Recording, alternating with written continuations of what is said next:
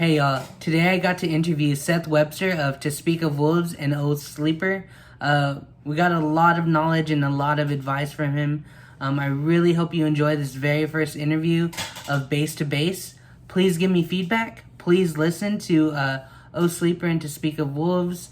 And I really hope you enjoy it. If you stick to the end, you might find out what barbecue Seth likes the most. When did music start playing a role in your life? Like, when you knew it was something like you wanted to do, or like where it really just caught your attention?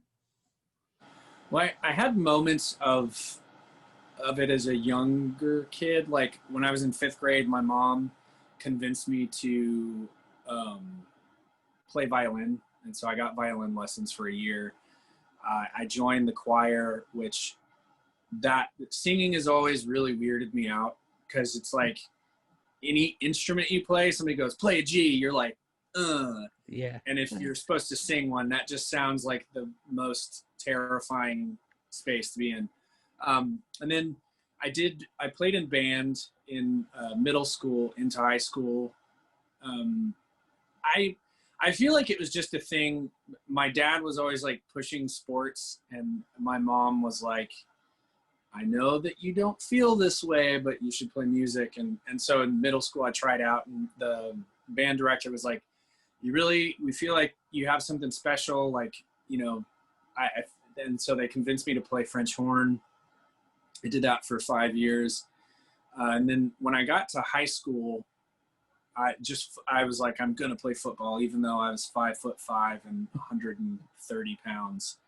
I did grow, as those who have seen me in real life know. But it just was like something I was really serious about it because I thought it might make my dad think I was cool. And my mom was like, I think you should play music. And about that time, like I started listening to really heavy music. And my sophomore year, a buddy showed me "Bless the Martyr, Kiss the Child" by Norma Jean, and I was like, this is my music. This is me.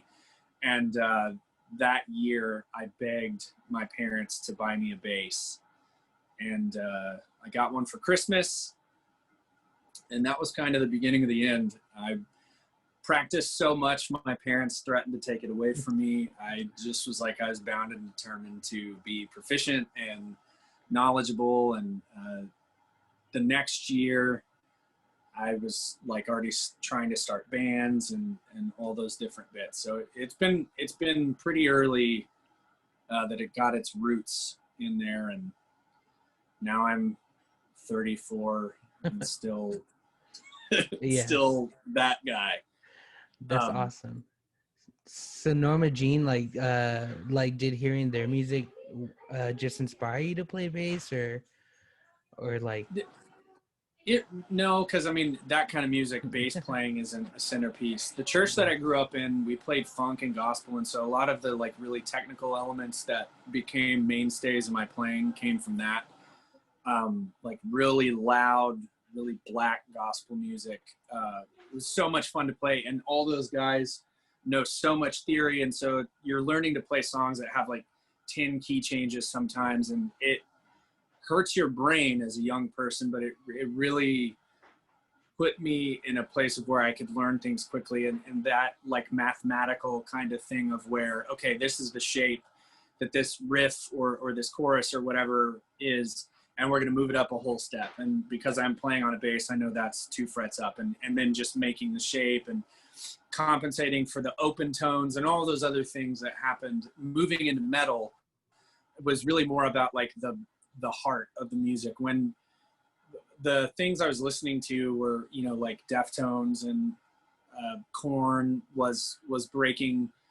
Um, there's a band called Flaw that I really love. Their bass player did some really intricate work, and so I paid a lot of attention to them. Rob Zombie, you know, stuff that made my mom kind of like afraid that, you know, I was gonna paint my room black and, you know, make a deal with the devil or something. And so I liked that music, but there was like I don't know, there was like a tension because it wasn't.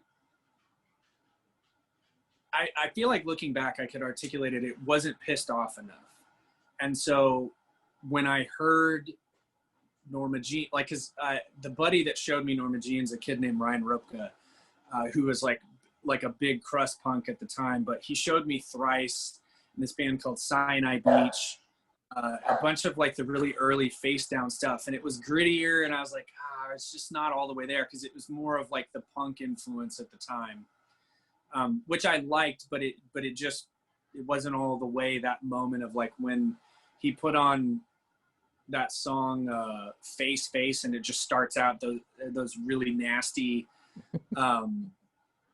dissonant chords. I just was like, oh my God. And we sat in his car and probably listened to 4 songs. And then by the time we ended, I think we just listened to like 3 or 4 in the middle. And so I got to the shotgun message, which is, I think it's like 1 minute and 20 seconds, something like that. Is just absolute ferocity. And I was like, okay, this is the kind of music I want to play. It was inspiring, but it was really more of like, I felt like I found home. And so I, just been trying to play music like that for 16 years. Yeah. And I think Norma Jean was like, my dog's excited. Puppies. I think Norma Jean, for a lot of people, like introduced like the dissonance kind of like chords and the chaos, I guess, for hardcore.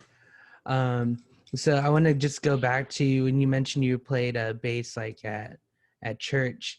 Do you think that you like going in band or being in band helped you play bass? Like, were you able to, like you were saying, there's like different key changes and stuff like that? Like, was just your knowledge of being in band, were you able to like use that when you're playing bass for church? It didn't directly translate. I would say that the development of my ear what definitely translated, but it was like subconscious.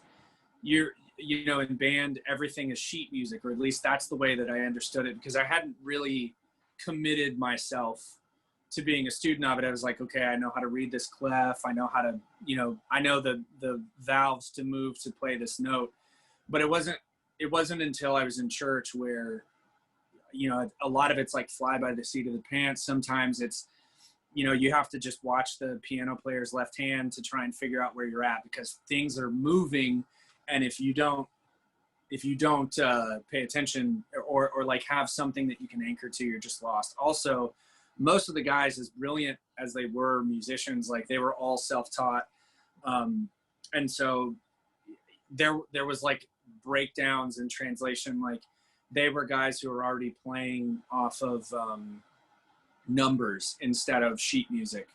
And so, sometimes you'd have a guy come in like a guest artist, and he'd bring sheet music, and they'd all laugh and be like, just play, man, we'll figure it out. And so coming from like the academic standpoint and then the church thing, it filled in a lot of the middle. And I think it was scary enough that it really had an impact, because you didn't want to be the guy up there missing a note or missing what's going on. I'll never forget, there's a guy named Steve Collins who was one of the band leaders that I played under, but we would play a set that he's just screaming notes in your ears. And that's just how you play. He's not like mad, but he's like deciding where everything's going to go. And you're just like, oh shit. Okay. And doing that made, like you get a phone call from a band and they're like, here's 8 songs. We want to take you out. We'll try out. We'll see. Like we have some tabs, or we don't have any, or we want to see what you'll do. Being put in a position where you have music that you have to be able to accomplish, and you have like varying degrees of information on it. That hot seat kind of space that I existed in church really was the biggest theory bit, I feel like, that translated to metal. And metal's so abstract in the way of like, it has a lot of structure, but it's structure built around like a crazy guitar trick that a guy did. And you build off this. And so you're learning the notes, but it's also like the way that it gets played, it has a different emphasis than when, it's a gospel song and it's really just about like, as long as you walk in, G sharp or whatever, like you're fine. In metal, it's like, you have the moments of where you can branch out and do something different, but the meat of the song is going to be like, we all got to play this riff. You got to play it fast enough. You got to play it clean enough. And, you know, you got to do it on this part of the fretboard. And so it was an interesting marriage for sure. Awesome. So you mentioned that like being in church and having those crazy changes like prepared you for when people sent you songs to learn, or like tabs or chords or whatever. Is that how you started getting involved, like in the bigger industry, like kind of above the local scene, like with Speak of Wolves or any bands like that? So I was in a band in town called Silence Messenger for a long time. Learning those songs was a bit of sitting down. There were two guitarists that wrote, and so I would sit with the guy that wrote the song, and then I think like the tryout bit or whatever, they just sent me something, and I like learned what I could. I was still in like the budding stages, I feel like, and so I was not proficient enough to accomplish learning a whole song just by listening to it. And, you know, cards on the table, even though I had been listening to heavier things like Steve, their singer, who is in Within the Ruins now, he sent me like All Shall Perish, the first Amir record, a band called 1,000 Times Repent, like Whitechapel, just stuff that was like way heavier than I had ever played. And so the lower tunings and the things like that were also kind of a learning curve that, being in that band taught me a lot about that. We started out playing in drop C, and by the end of it, dudes were playing 8 strings and we were playing in like drop F sharp. We had a song in drop E. And so the spectrum of sound changed. And truthfully with bass, a lot of it ends up becoming inaudible depending on the way that you play it or your tone and things. So I spent a lot of time learning there. But the first sign band I played in, before there was Rosalind, played an A sharp. And so it was hilarious to go from playing music in such a low tuning to doing something that it felt significantly more audible than what I was doing before. And so I learned those songs on my own. Like, it began this thing that I do of where I learn the way the song goes first, like, and then break it apart into chunks of where, like, okay, this is the verse riff, this is the chorus riff. You end up kind of making names for things just for the sake of categorizing it. But so I learned the meat of them that way. And then Trent Gibson,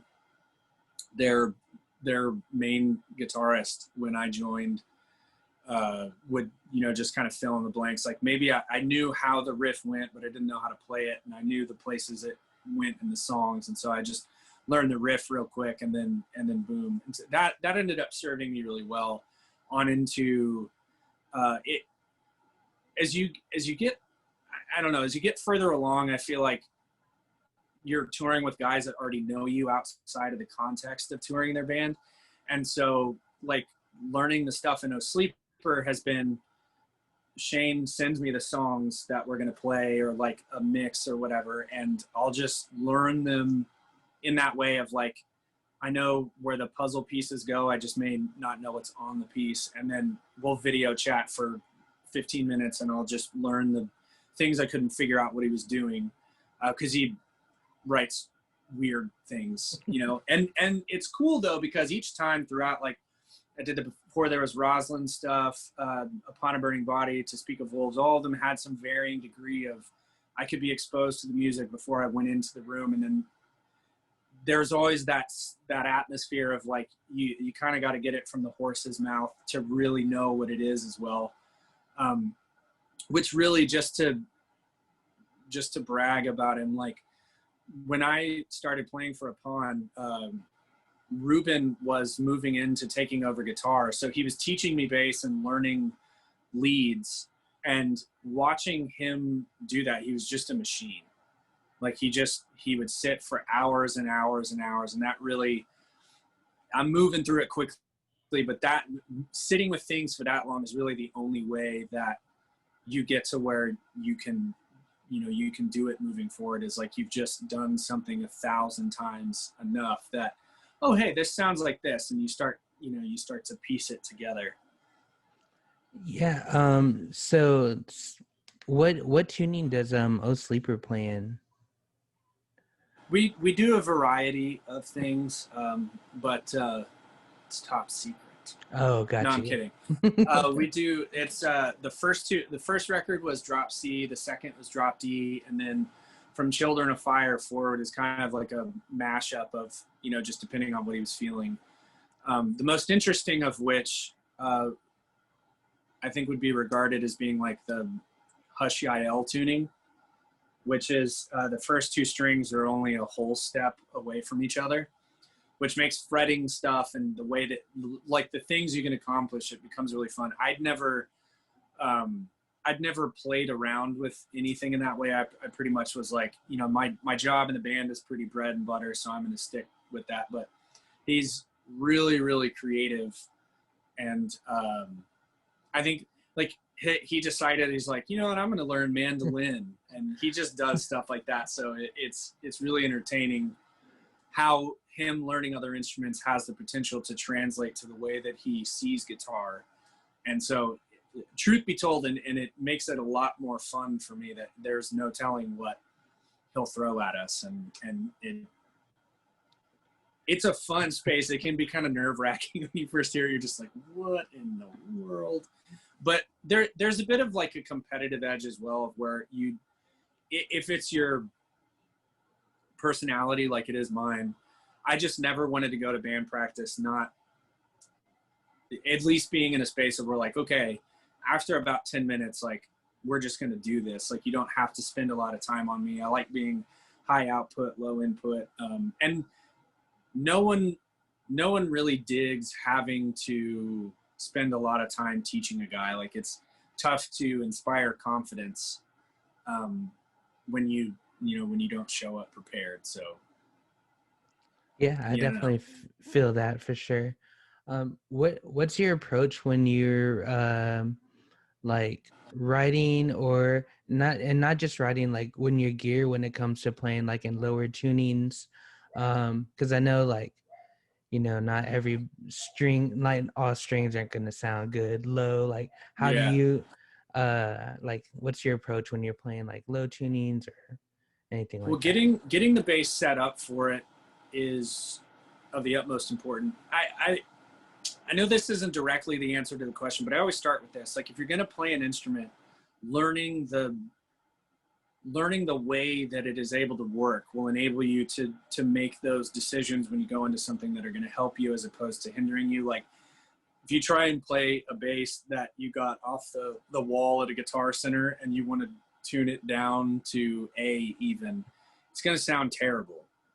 The strings will be super floppy. The factory stuff is something like, the E strings, like an 85, 65, and they just get, they're just too small to do that with, in my opinion. Now, crazy part is, in my travels, I met a lot of guys that didn't think about any of that, and it was always really strange to me. So all that to say, learn how to set your bass up. Even if you don't do, like, it's always good to have like a luthier buddy that like has the ability to look at it and know the bounds a little more than you just like cranking the shit out of the truss rod or whatever when you get it out of the box. But knowing how to maintain it, like if you're touring and you go from different climates, it's just moving around in the case, in the trailer, like whatever it is, it's good to be able to get into a place and be like, okay, I'm going to make sure all my stuff's in order so I can play. And the thing about bass that I've experienced is that, like, it's really easy to be really bad and go completely unnoticed. And so it's kind of like one of those Scout's honor moments of, if you want to do it really well, there's just as much maintenance that can be done as any other instrument. And so for me specifically, tone wise, push the mids, like especially in lower frequencies. If you scoop them out, mids are the audible spectrum to the human ear. And so if you take them out, you just have like something percussive, which truthfully, if you're Fieldy or Jason Newsted, that's cool, but that doesn't work for everybody. And you start using distortion and things like that. And so it's really just a matter of, I think that giving yourself the space of like 3 or 4 sit-ins with something, like start out, build it to the best you can, and remember that your ears are going to get fatigued. And so like when you feel like you get the farthest you can, like set it down, give yourself a day, 8 hours, whatever, and then come back to it, because your ears will get worn out, especially as you're doing things like with distortion and overdrive. And so give yourself the space to really like hear it instead of trying to motor through doing it in the day. Although, sometimes you can only do what you can do. And then listening to the mixes of, what the guitars are doing. As a bass player, I like to sound like the drums as far as the tonal quality is concerned, or make like Jonathan and I, in Silence the Messenger and Upon a Burning Body both, his toms were tuned to the strings of the bass. They're not the same, obviously, because it manifests different, but it just, so it was like we're operating in the same space. And it ended up turning out pretty cool most of the time. And I wasn't taken away from the kick drum, and he wasn't taken away from the bass tone. And so it ended up working out pretty cool. Like you have this really driving, like locomotive kind of feel instead of it. Yeah, a lot of guys don't really get live noise cancellation and how they can accomplish that. And so to me, that was always something I wanted to make sure I wasn't stepping on the guitar, I wasn't stepping on the drums, and I was like in that space that I'm supposed to occupy. And just a rule of thumb, most of the time, really cool bass tone sounds like shit by itself. Like Led Zeppelin has some of my favorite bass tones, and if you listen to it isolated, like it sounds like someone farting on a paper plate. Like it is it is not good. But again, you're thinking of the whole as opposed to what you're doing by yourself is always a thing to have in mind. Because truth be told, if you're a bass player, like you're a support guy, like you're the guy behind the superheroes. And if you embrace that, it can be really rewarding, because having those people regard you as being super valuable has been one of the most treasured moments that I've had of, just being like, cause it's the kind of dude that I try to be as well. Like, you want to be dependable, you want to be sturdy, you don't complain, you don't need a lot of attention. I feel like you can let your playing imbue that, and you're just like, look, I want the guitars to do the guitar thing, with the drums and the vocal, everybody to have their space, and I'm going to keep us on time. I'm going to know where we're going, and all those things. And yeah, it's fun. Yeah, that's very well said. Oh, sorry. Mm-hmm. Forgive me, I forgot. So the strings, a thing that I like to do, and it's a comfort because I play really hard, I like to use what would be regarded probably as oversized strings, just because you know what you're getting into. Like I have 2 Stingrays that I had built to play in a sleeper. The drop C bass I play, it's a 110, 85, 65, 55, I think, or 45, I'm sorry.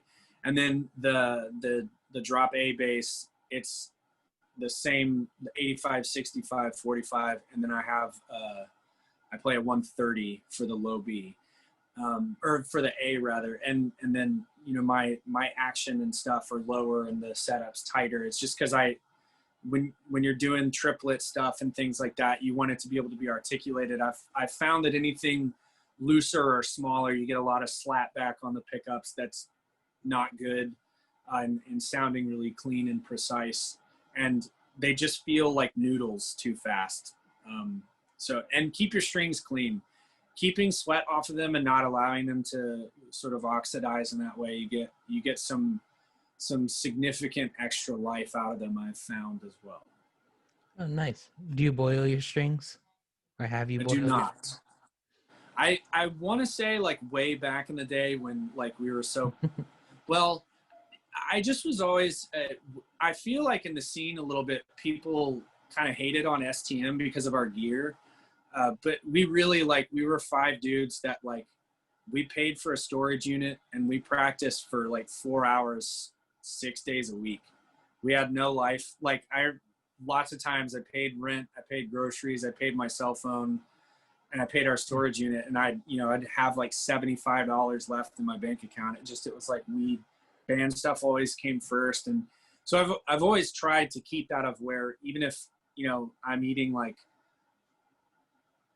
granola bars and stuff instead of buying food out. It was like I have to bring out the very best that I can afford so that we sound good. So the hopes of growth, for me, it was like I just wanted to make sure I felt like I was doing everything I could do. And then fortunately, once you start playing in sign bands, like, you know, you get a pretty good discount on strings, or like they want to send you some as long as you shout them out. And so that makes it a little bit easier.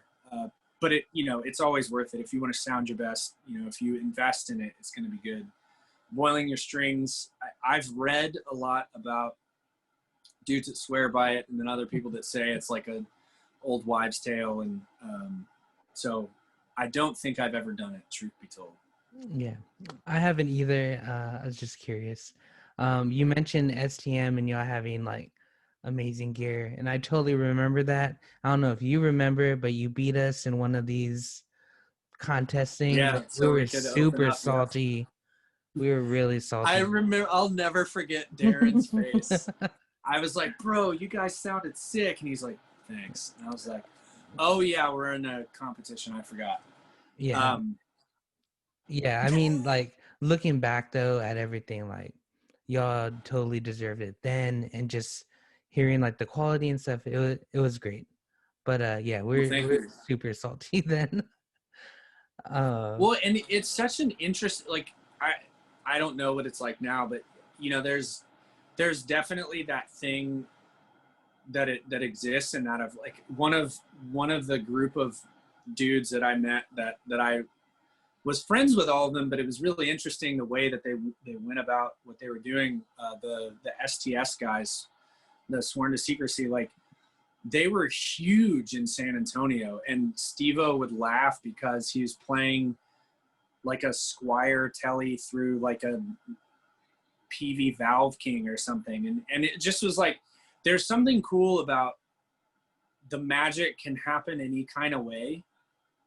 But for us, you know, like James and Anthony worked at Guitar Center. Paolo and I just kind of naturally were like, we wanted to know what gear was like the best we could do. And so, like I say, it was always what we spent all our money on. And so by the time we got up there, it was like, man, if we can't win this, like, it's on us. And so, but I appreciate that. Those are the memories though that it made, like when we did, me and Darren did the Man a Million stuff, and we both got to play guitar. Like, it just was fun, even in, you know, your local scene of like the roster starts to be like, you know, the world's much smaller of that, and you get to eventually, you might get to make noise with some guys that you've, you know, really looked up to their playing. And I still, like, when he puts a video on Instagram or whatever, I'm like, ooh, what's Darren doing? And he's always like selling stuff, and, you know, all this other, it's there's another kid, dude, Eugene Sanchez is like a hidden San Antonio gem. That guy shreds at everything he does. He is such a good bass player. And I feel like, yes. I feel like San Antonio knows that now, but it's like, I'm waiting to have someone go like, dude, we need a bass player. And I can just be like, boop. And cause I want to see that dude get his. He is disgusting at phenomenal bass. Talk about like great gear too. I'm actually gonna have him too. I'm gonna talk to him. Nice. I'm gonna interview him, talk about all his gear and stuff. That should be pretty fun. Yeah, no, he knows. It's always cool when you see a guy who's completely immersed themselves in the world that you know, it's like, people will always be like, oh yeah, you know, but it's like seeing somebody really care about it. I think he just bought like a Tosin Abasi signature. Like, he just like, nah, I'm just going to play an 8-string because, you know, why not? Or a 9 or whatever it is. He's been a person, and I've been pretty bummed during COVID because Sleeper was on, hands down, the most fun I've ever had on a tour. All the bands got along. Everybody sang everybody's songs every night. It just was a total bro fest.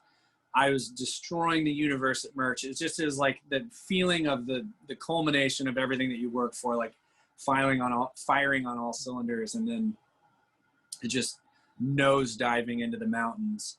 But watching him do his thing, like I've felt inspired several times by just watching him be like, this is me doing this. And you're just like, go away, you talented alien. Yeah. But then me being like, okay, I can pick up a bass today because, you know, I want to be as diligent as this guy who's, you know, just kind of hanging out at home right now. So yeah, I think that's the thing too. Side note, it's like, it's always good to allow yourselves to admire and embrace the talent of the people that you're exposed to, because the idea of the best is such a frivolous thing. It's like, really just work to be good at what you want to do. And I feel like eventually you'll be recognized by the parties that, you know, will make some difference about it. So. Awesome. So you were talking about touring. I just wanted to see what you think like the future is for touring, or just thoughts on it in general. Living in Nashville, the ear to the ground, you hear lots of things. I've also stage managed for some artists and things like that. So there will be pockets of, I think, like bands that are bigger, that can do like a drive-in theater and things like that. I think that they're going to be the first ones back to quote unquote normal as far as like the numbers and the money that they're able to bring in.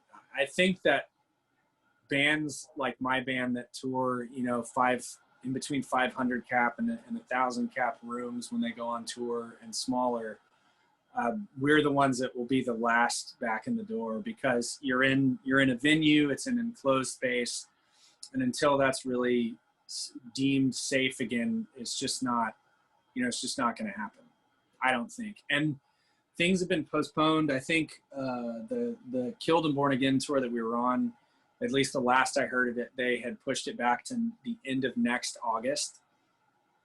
I would love to believe that you know, that things like that will turn out, but I have a pretty pessimistic view, because, you know, we keep, like in Nashville, we keep going back and forth in between which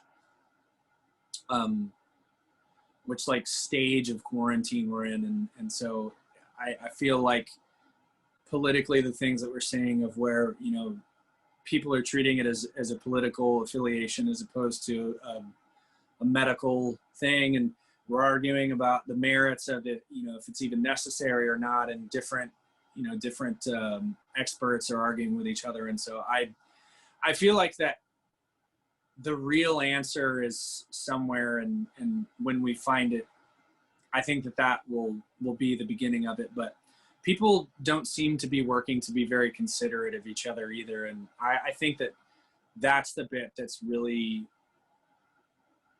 making the dynamic the way that it is. And I mean, you've seen lots of different people, you know, there are bands that employ like 30 people that are making nothing. And it's pretty diabolical. Like I said, I've spent a pretty good bit of this being, you know, just really bummed and just watching, you know, like venues close down. Chain Reaction just announced that they're having to shut their doors. And, you know, there's lots of stories like that. And then places that, you know, they're turning their ingenuity into something worth it. Like Seth Keen at Outland Ballroom in Springfield, Missouri. Like he opened this really rad, like dairy-free ice cream shop. And so there's lots of things both directions. But I mean, like, just thinking about Chain Reaction and whatever venue in your own hometown, you know, whoever it is listening to this, like, there's, you know, you can think of 3 or 4 places that have already had to shut down just because it's like they're not going to put their employees in that space, and they just really can't like do it. And then here, a frustrating thing is, you know, artists are all like really trying to figure some shit out to make it through. And you know, some of the bars will open up for 4,000 tourists, and then we go 3 steps back. And so it's been a really difficult set of circumstances for sure.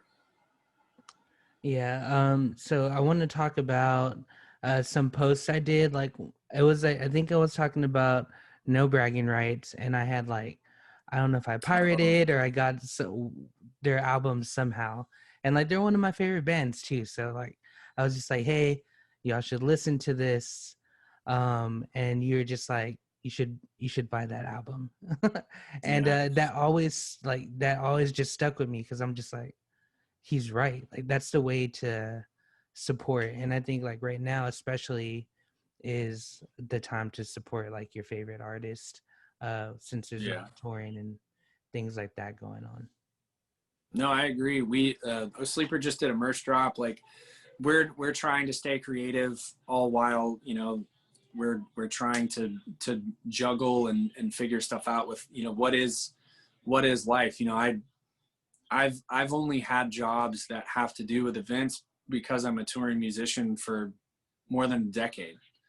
People that know I'm going to leave and let me go because they're not like inconsistent, but it's not, I don't need to be there, 5 days a week either. And so coming back home to that, and like the restaurant that I do events at, they haven't been open. They weren't open from April to the middle of this month. And they're still, the gathering of a couple hundred people like just isn't happening. And so there's still really not much for me to do. And I work on TV sets sometimes. Fortunately, those things are kind of starting to come back around.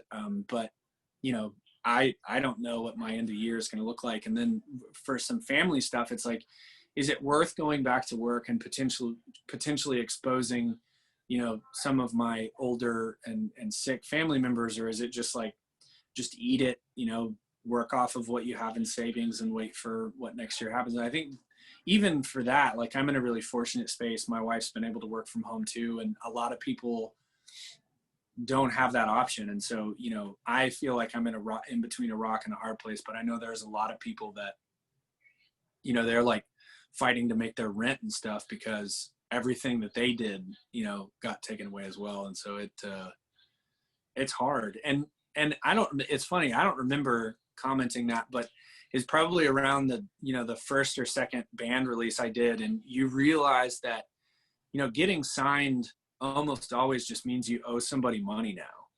It's like, it's rad. I mean, Solid State has worked with a couple of the bands that I've played in, and they've always, been really great in that, they let you do your thing, and they've been supportive and gotten us on some cool tours, the different bands I've been in. But, it really is just like how much money do they recoup when you put a record out? And so it's like, if you don't sell it, they don't make their money back. You end up paying it out of pocket. It's just like it's not a good situation. And I'm sure we were in that space of, there's been this really big transition to, when guys put records out, like they press vinyl and do streams, like if they're not contractually obligated, most guys that I know are like, we're not buying CDs. And if we buy CDs, we're only doing the number that we have to, because everything else is going to be digital. And, that's just the way that it works now. But I'm happy that was a happy thing instead of it being like, Yeah. shut up, dude. Yeah, I don't need to buy no, it didn't come off like rude or whatever. It was like an honest response, and I think it was, maybe you had just were in the before the Rosalind band, Yeah. where I think it was around that time. Oh, But yeah, dude. that, Let me. So people, and I'm sure we were going to gravitate towards this, but like to give you an idea, and this is definitely a thing I wear as a badge of honor, but like the first full American tour I did was 2 months long, which if you've ever been on tour, it's way too long. 6 weeks, 7 weeks is about like the sweet spot. And that's if you can play really great spaces in the US. But we were out for 2 months. There's a snowstorm in the middle of it that like 7 shows canceled over 9 days. Our van broke down, like broke down and caught on fire. Like it was an amazing experience. And I made $3 a day. That was my per diem. I'm 6'3". At the time I went on that tour weighing like 185. I went home weighing 160. the drummer who, funny enough, called me today. I hadn't talked to him in years, but the kid that playing drums worked at a candy factory in Tennessee. And we lived on that tour. I would spend my $3 on a cup of coffee in the morning, and then before I started my drive shift, and I ate Twix, coconut M&Ms, or Reese's peanut butter cups or something. And that, like, I lived off that. Every once in a while, you know, there'd be catering or whatever, which is why I'll never eat Little Caesars ever again. But it's just those things of, like, you go from playing in town where, like, you can play some rad shows and go home and eat a sandwich at your own house. When you can't do that, like, you have to really, really want to be in a band to deal with, you know, what being in a band is. And it's great, but it's also terrible. Yeah, I did we did a 2-month tour with this band called The Lost Project, and like we did it ourselves, and like some days we're just even like looking for an open mic or something to do. Oh, So yeah. it was pretty wild. Definitely an experience. When those can end up being some of, like, the best connections. Like, I know for To Speak of Wolves, we had an Austin show cancel, and these, like, 4 or 5 dudes were like, "Hey, just come play at our house." And we're like, "What?" And they're like, "Yeah, we live in this, like, 2-story, you know, it's got a pretty open living room. Like, you guys aren't going to be able to play. Just come play at our house." And we were like, okay. It ended up being dudes that, like, we still talk to some of them, and it was one of the most fun shows that we've ever had. And there was an amount of heartbreak too, because, like, when Find Your Worth, Come Home, the first To Speak of Wolves release came out that I was a part of, we were supposed to go on a tour that was Love and Death headlining Brian Welch's new band. Blessed by a Broken Heart was going to be direct support. We'd be third of 5, and then there were, like, two grower bands that Solid State was going to throw on the tour, and it caved because Love and Death went on tour with POD, which, duh. Yeah. So instead of being on this 6-week, like, amazing thing, we ended up doing 2 weeks with Harp and Lyre, and so we just were over it. And that show was right before South by So What and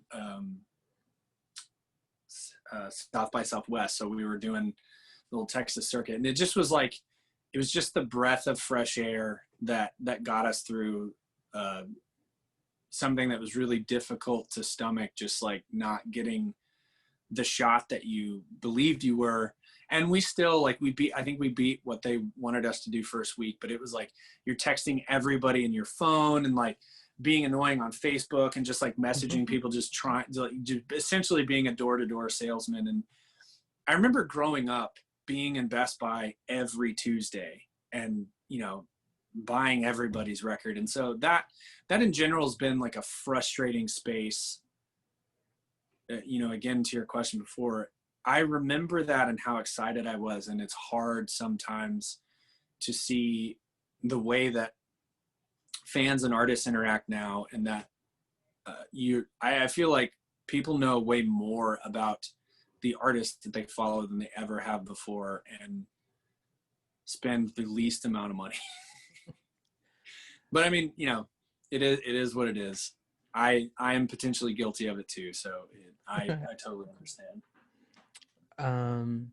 Okay, so we'll start winding down a little bit, but right now, how do you feel about, like, bands or artists looking into, like, trying to get signed versus trying to do things independently?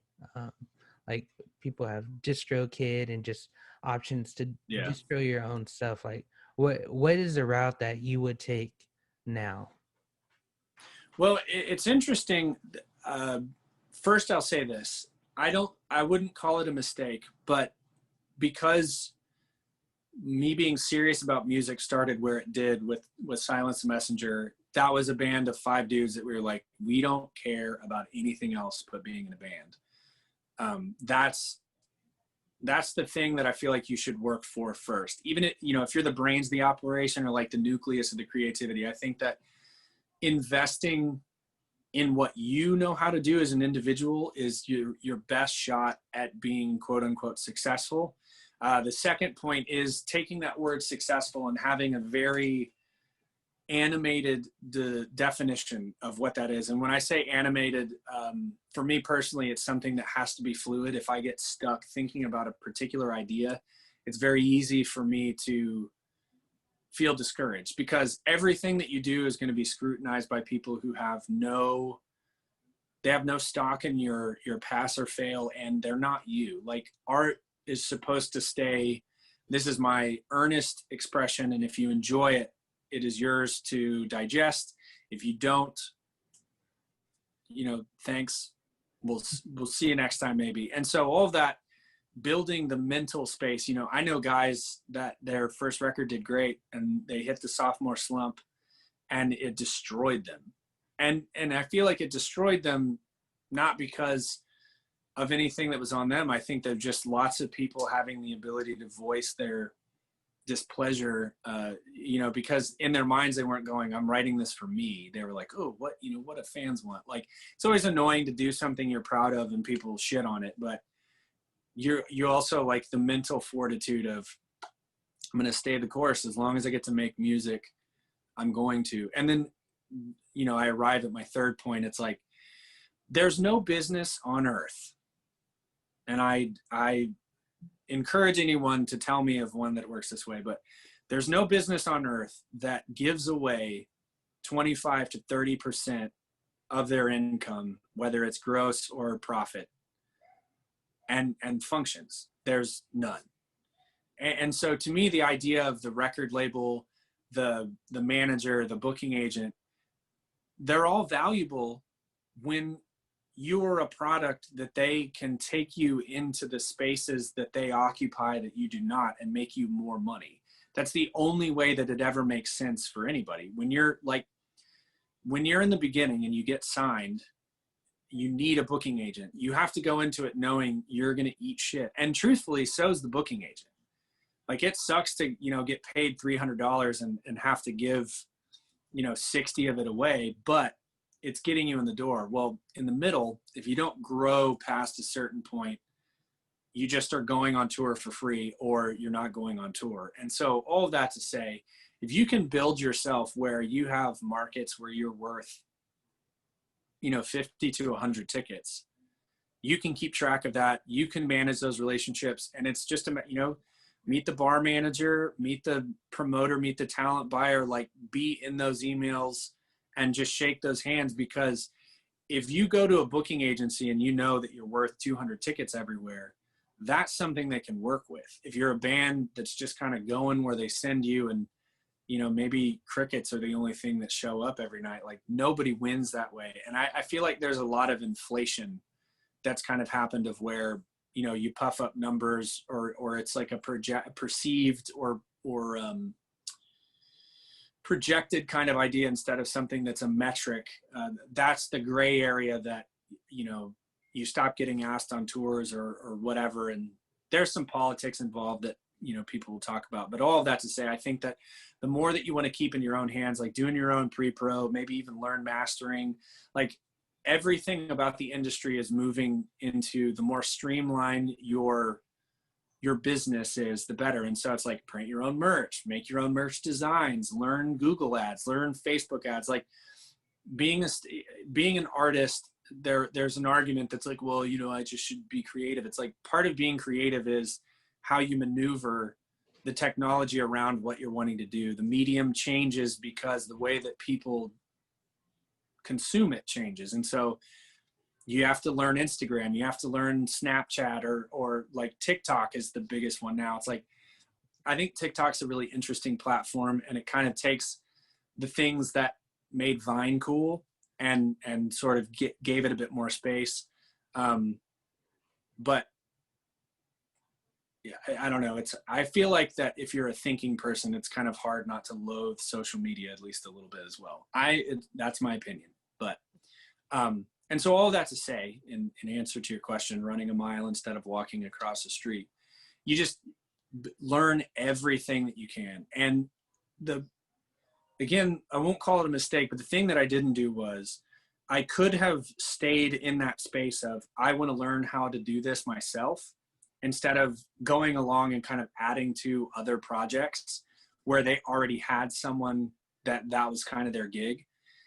And I learned bits and pieces in that way. But if you're in a local band right now and you can be the guy, you can be the quarterback, invest all of the energy that you can, especially now where you can't play shows, like invest all of your energy in learning, Logic, Pro Tools, Ableton. There's another one that one of the guitarists in To Speak of Wolves used to do his pre-pro. Find something, like find some crazy Austrian bootleg thing that you can just like whatever you can do to start chewing on the way that operating systems work, the feng shui of quick keys, like all that stuff that you may never use the specific thing that you learned in the beginning, but if you start to get exposed to the process of how things work and the flows that can happen and what kind of samples do you like to use and everything else, these are all things that, maybe when you're in a garage band won't make a huge difference, but like as you grow and you want to sound good and you don't, you're playing in a hardcore band and you have to fight to make sure your guitars don't sound like everybody else's guitars, because if you write a super cool riff but it sounds like another band, the people who don't play guitar that listen to music are gonna be like, oh, it's the same thing. And it's like those little digs are what you have to fight against. Of it has to be yours, but you have to fight to articulate your uniqueness, and that's your artwork, which again all boils down to the, if you learn to do it yourself, there's no way for something to be more you than if you do everything yourself. And then if you do everything yourself, when you get to a point where you're too busy to juggle it all, you can sit down with a person and feel them out and be like, okay, I can hand you my baby and I trust you to do this component of it, as opposed to being forced to do that and getting artwork back that you don't like or you won't use. And it's like, but you've already spent the money, and those things that they add up over time, and the cost and frustration and things also, in my opinion, are just not worth it. If I could go back, and this is just my personality as well, but there were a lot of times where if I had invested the time, I could have taken care of something that we were forced to rely on another person to do. You're giving out gold. You're giving out gold. I hope so. Dude, I was saying this to someone the other day. If I can save someone the existential crises that I went through as a 20-something, one of the most compelling moments of playing music was, quitting STM and just being like, did I make this all up? Am I just an idiot? And the phone ringing, and it's Carlos from Before There Was Rosalind. And then, the Rosalind ended and I found out, and it was awful. And then Phil called me from To Speak of Wolves. And then the Upon a Burning Body thing happened the same way. And there were all these moments of where I ended up doing something along the lines of taking a long walk by myself or staring out a window. And it was like, am I an idiot for believing in this? And the time before Danny called me, or it wasn't even Danny, it was John that called me, the drummer. And I would always joke with him when he'd call me, because we'd be like, let's go get tacos or whatever. And I'd always be like, oh, you guys need me to play in a pond? And he was like, actually, because I made the joke again, he was like, actually, and I just, shit my pants. But literally the moments before, I was staring out my sliding glass door at the house and be like, dude, you're an idiot. You should have stayed in school. You should, you do that thing. And to me, what would have changed that part for me is if I could record myself, if I could, it's like if I was learning all those things, that's the academia of being a musician. And I think it's great that it's so tangible now, whereas before, when I started playing music, if you didn't have the money to have your own studio, nothing you produced was going to be worth it. Well, now you can make a legit ass sounding record on a laptop and two, speaker monitors. Those are the things of where if you're 16, 17, 18 years old, if you can learn how to do that with any level of proficiency, like you can work for a podcast, you can work for a news station, you can work for anything having to do with audio, you can move into that. And it's like, don't go to college. I already know all this stuff. Put me in front of something more complicated. Give me the user's manual. Like, so that you can play music, you're setting yourself up to be valuable in other arenas very close to that, so that, you know, maybe your band never plays stadiums, but if you have a good job, and you know, you're solid at it, like your band can go on tour and not make an astronomical amount of money, but you can still be, quote unquote, again, deciding that successful bit, because we play shows, people come out, we make money in merch, we come home with something in our pocket. But like that worry of, is my whole life going to fall apart, you know, when I come home from this tour? And I know that I'm a bet it all guy. I'm a go big or go home. And so I know that that's part of what put me in that scenario. But looking back, had I had those things to invest in, I could have come home and been like, hey, I'll just, you know, I'll record a couple of new bands. Like, hey, come over. I'll do I'll do, you know, 6 songs for $500. We'll track everything, you know, whatever. And those are things that I know would have allowed me the feeling of a whole lot of stability that, you know, it ended up making good with, you know, people that worked in restaurants. They're like, yeah, we love you so much. Work when you can. You know, we'll be here when you're done being a musician. If I had money for every time the manager or the GM of a restaurant said that to me, I'd be rich, which it's a nice sentiment. But if I could go back, I'd learn all that stuff. And to be completely transparent, it was always a matter of like being so intimidated, because it was like, if I'm bad at this, it's over.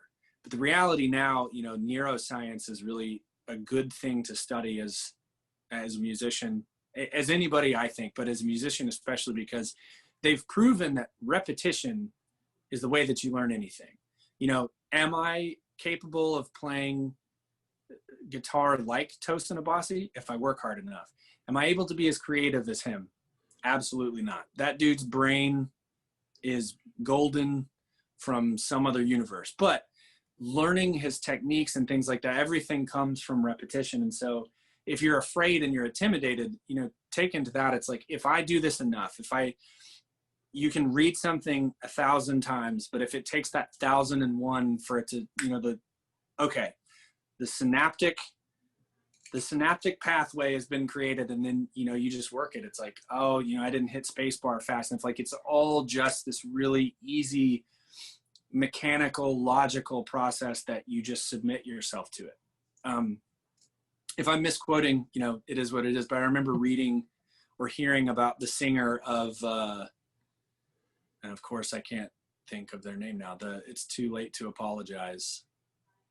Anyway, brilliant singer, brilliant musician, and he claims that he read a book about, if you spend 10,000 hours doing something, you'll be a master, and that's how he learned to sing. New Republic, that's what it is. And it was like, this dude just was like, okay, guys, I'm going to sing, and they're like, all right, and he just did his thing, and they were like, how? And he's like, I've spent a lot of time hiding from everybody, you know, waiting until I feel like I was ready to do this. And so however that manifests to you, I mean, that was a really inspiring story to me. But I think there's a lot of people that, you know, because he just passed away, Eddie Van Halen, like, that dude was just like, I'm gonna learn how to play guitar. And he just taught himself. And in doing so, developed, you know, all these things that every guitarist does now because Eddie Van Halen did it. And so it's like that, turning it back to the idea of the art is you, and you doing a thing is what is your like spin. I think believing in that is potentially the most valuable thing that you can do for yourself as well. Wise words. I really appreciate your time. I'm gonna wrap it up. But is there any like anything you want to like share? Where can everyone listen to you? And maybe any songs you want them to hear your bass shred on? So Fissure off of Bloodied Unbowed, the latest Sleeper record, is one of my favorite songs of all time. Video's really cool too. Yeah, it was so much fun to shoot. Kevin Johnson, the guy that directed it, he's done a lot of like the Fit for a King stuff lately, and just really, really creative, really easy to work with. We ended up having dinner and hanging out after. Loved hanging. But anyway, sorry, I got distracted because of the fandom of that dude. But yeah, Fissure is a great song. It just is like all of my favorite components of heavy music kind of smashed into one, and Shane's just a genius. Personally, keep your eyes peeled. You can follow me on all social media platforms at Webster Happens. And I'm working on some songs that I wrote myself. A lot of the encouragement of investing in the one is coming out of that, and I'm terrified, which people tell me is a good sign, but I'm still working through those. I have no tentative date, but the goal is early next year. And follow me for the shenanigans. I don't post much because of culturally what's happening, but like if you want some of Sleeper merch or something to do with T-Style, I know another buddy from way back in the day. He's doing a thing called For the Nomads. They've been doing rounds of auctions, raising money for crew members and other people who work in the music industry that are still out of work. He's done some incredible things there. I want to say the last time I looked, they were coming up on like, they've raised 300 grand or something, which is really rad. And you know, and the things that we said, if you want to invest, like those guys that aren't artists, but are absolutely paramount in us making things go the way that they're supposed to on tour, they're definitely worth investing in. And, you know, I'm just going to be another one of those voices. Make sure you vote. Absolutely. Yeah, just be easy on yourself. You know, we are living in something now that our kids are going to read in their history books, and you know, we don't really know the right answers. And give yourself some space, take a deep breath, go easy on the guy next to you because he's having the same go of it. And yeah. I always, yeah, the ending this stuff always makes me laugh because I feel like I've talked for too long already, but I still feel thousands of things I want to say. So Yeah, I just really appreciate it so much. It was a pleasure talking to you. You're awesome. I really love your vibes. Always knowledgeable, and thanks just for sharing everything with us. And yeah, I hope we can get together soon. Maybe we'll just have to go to Nashville whenever all this is done. Yeah, dude, come eat some barbecue. Dang, and some banana pudding. Dude, I think it's cool you like that those like squishy fruit desserts. I'm just not that's not my jam, but I'm always happy when people love them. So I'll make sure we have that on tap if we go eat, because there's a bunch of newer places that have opened up since then. So we'll do a little barbecue tour. Yeah, I'm down for it. All right, man. Well, you have a good night, and it was a pleasure again, and I'll talk to you later. Absolutely. Until next time. Until next time.